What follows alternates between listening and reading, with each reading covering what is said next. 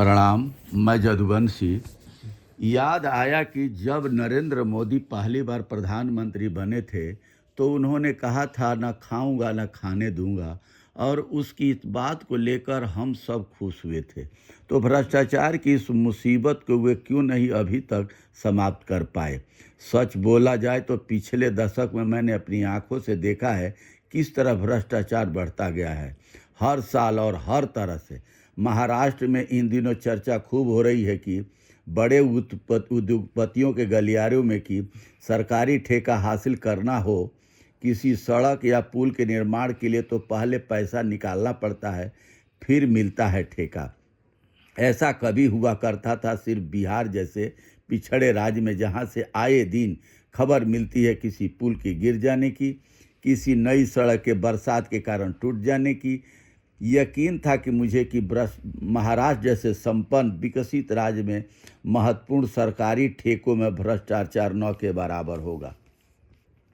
जिन देशों में भ्रष्टाचार कम होता है उन देशों में लोगों के लिए वो सारी सुविधाएं बन जाती है जिनकी सख्त ज़रूरत है।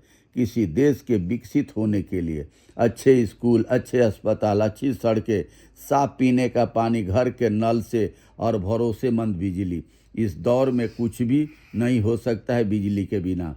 न हमारे फ़ोन चल सकते हैं, न कंप्यूटर, और न ही एआई ये सेवाएं उपलब्ध हो सकती हैं। एआई के लिए बिजली और भी ज़्यादा लगती है, यानी नुकसान होता है भ्रष्टाचार के कारण।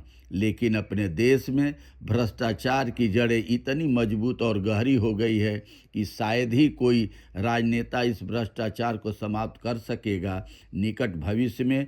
चाहे भ्रष्टाचार को समाप्त करने का उसका पक्का इरादा क्यों न हो, वह जमाना गया जब भारतीय जनता पार्टी अपने आप को अलग किस्म की राजनीति पार्टी कहलाया करती थी। अब कड़वा सच ये है कि राजनीति के हमाम में सब नंगे हैं। भाजपा जिस गंदगी को साफ करने आई उसी गंदगी में कीचड़ से पूरा काली के कोयले की खदान में काला हो गई है। बहुत बहुत धन्यवाद। नमस्कार। प्रणाम।